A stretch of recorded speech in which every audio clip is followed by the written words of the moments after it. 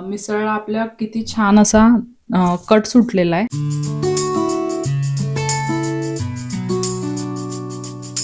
नमस्कार मंडळी, अश्विनीज व्लॉग या चॅनलमध्ये तुमच्या सगळ्यांचं स्वागत आहे. तर आजची आपली रेसिपी आहे कोल्हापुरी मिसळ. तर त्यासाठी आपण सर्वप्रथम ही वेगवेगळ्या कडधान्यांची मिसळ घेतलेली आहे. मग त्याच्यासाठी आपण सगळ्यात अगोदर घेतलेला आहे, म्हणजे ह्याच्यामध्ये काय काय घेतलंय ते मी सांगते. मटकी घेतली, मूग घेतले आणि वटाणा घेतलाय आणि मसूर घेतले. मसूर आणि हे सगळं काय केलं, मी स्वच्छ धुवून घेतलं आणि भिजत घातलं आणि त्याच्यानंतर मग पाणी काढून मोडं याला ठेवून दिलं एक रात्रभर. त्या तयार मोडं पण बाजारात भेटतात तुम्हाला, तसे पण तुम्ही घेऊ शकताय किंवा या प्रकारे तुम्ही भिजत घालून मोडं आणून पण वापरू शकताय. तर यासाठी सर्वप्रथम आपण हे मोडं घेतलेले आहेत सगळे.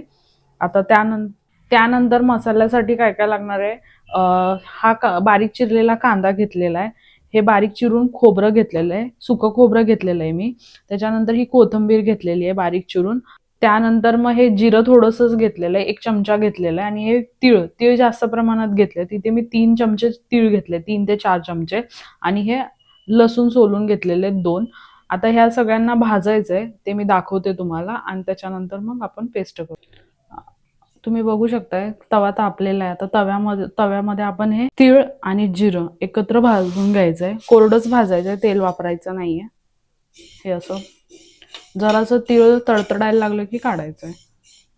असं एक 2 मिनिटं हलवायचं जास्त. तीळ तापलंय, तडतडायला लागलंय, उडतंय बघा. हे असं झालं की लगेच काढून घ्यायचं, लय वेळ ठेवायचं नाहीये, नाहीतर काळं पडतो. आता हे खोबरं घ्यायचंय, पण भाजायचं चांगलं. तुम्ही बघू शकताय हे अशा प्रकारे जरासं चांगलं खरपूस भाजायचंय. हे असं भाजलंय, आता जरा कडक पण आलंय. आता हे आपण काढून. आता हा लसूण घ्यायचा आहे. लसूण पण 1-2 मिनिटं असंच भाजून घ्यायचा आहे, जरा खरपूस होईपर्यंत. हा बघा अशा प्रकारे भाजलाय हा लसूण. आता हा मी काढून घेते. सगळं मोड आपण काय करायचं, हे पण 1-2 मिनिटं भाजून घ्यायचं, लय नाही भाजायचं, 2 मिनिटं भाजून घ्यायचं. भाजल्याने काय होतं, प्रत्येक जण उकडून घेतं, पण मी इथे भाजून घेते. भाजल्याने काय होतं, मोडाचा जो जरासा कुबट वास असतोय ना, तो हे होऊन जातो, निघून जातो. म्हणून 1-2 मिनिटं भाजायचं, म्हणजे वास निघून जातो आणि फ्लेवर पण चांगला आहे. हे बघा अशा प्रकारे हे भाजलंय. आता हे मी काढून घेते. आता यात आपण वाटपासाठी सगळ्यात अगोदर हे खोबरं घ्यायचं, हे सगळं तीळ. हे बघा यात मी तीळ, जिरे आणि खोबरं आणि लसूण हे सगळं एकत्र पेस्ट करून घेतलंय, थोडंसं पाणी घालून. हे अशा प्रकारे पेस्ट झालेली आहे आता आपली. आता आपण फोडणीची तयारी करूया. तर आता फोडणीसाठी मी हे एक पातेलं घेतलेलं आहे, त्याच्यात आपण फोडणी देऊया. साईडला इकडे मी 2 ग्लास पाणी ठेवलेलं आहे. तुम्हाला जेवढी क्वांटिटी हवी आहे त्या हिशोबाने तुम्ही ठेवू शकताय. मी 2 ग्लास घेतलेला आहे इथे. आणि हे पाणी गरम करूनच वापरायचं असतंय, म्हणून मी इथं गरम करायला ठेवलेलं आहे, म्हणजे चव बदलत नाही. तर आता फोडणी देऊयात. इथे मी 3 ते 4 चमचे तेल घेणार आहे. तेल जास्त लागतं कारण की कट येत नाही तेल असल्याशिवाय. आता आपण याच्यामध्ये सर्वात अगोदर तेल तापल्या इथे मी हे बघू शकताय 1 चमचे हा जिरे घातलंय, 1 चमचा मोहरी घालते, ही 1 मिरची चिरून घेतलेली आहे ती घालते. आता यात कढीपत्ता घालायचा आहे. जिरे तडतडलेत, कढीपत्ता पण तडतडलाय.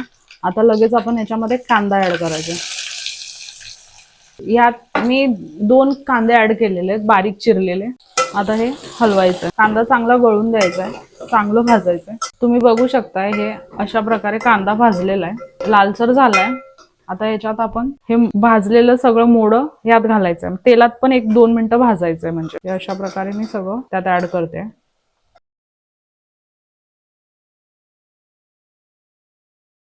आता मी यात हे 4 चमचे कोल्हापुरी तिखट आहे, घाटी मसाला आहे हा मी ऍड करते 4 चमचे. हे अर्धा चमचा सारखी हळद आहे, त्यात ऍड करते. हे हलवून घ्यायचं प्रॉपर.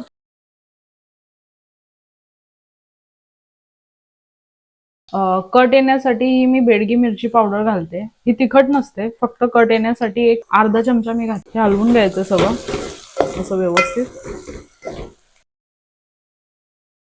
आता हा आपण हे वाटप केलं होतं मसाल्याचं, हे वाटप आता ह्यात मी ऍड करते. असं हलवून घ्यायचंय प्रॉपर.